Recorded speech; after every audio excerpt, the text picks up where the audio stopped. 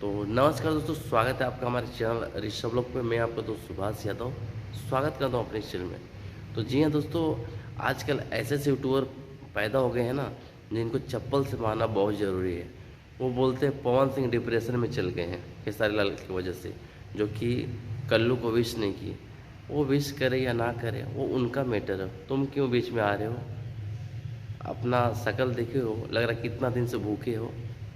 YouTube पे like नहीं आता है, कमेंट नहीं आता है।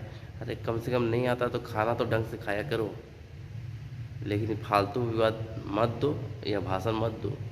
ऐसे ऐसे यूट्यूबर को ना चप्पल से मारना चाहिए, बीच ही रास्ता पे माला पहना देना चाहिए चप्पलों का। बोलता पवन सिंह का बाइकआउट करना चाहिए। अरे यार, तुम क्या बाइकआउट करोगे पवन सिंह का? कभी सामने से नज़र नहीं मिला सकोगे।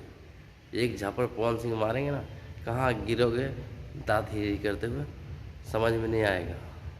अपना औकात में रहो, ठीक है दया शंकर ओझा। फालतू का विवाद मत करो, नहीं तो क्या होगा तुम खुद समझ सकते हो। मत बांटो भोजपुरी को और मत बांटो पवन और खेसारी को। उनका मैटर है, वो लोग समझेंगे। खबर अच्छी लगे तो चैनल को सब्सक्राइब लाइक शेयर जरूर करिएगा।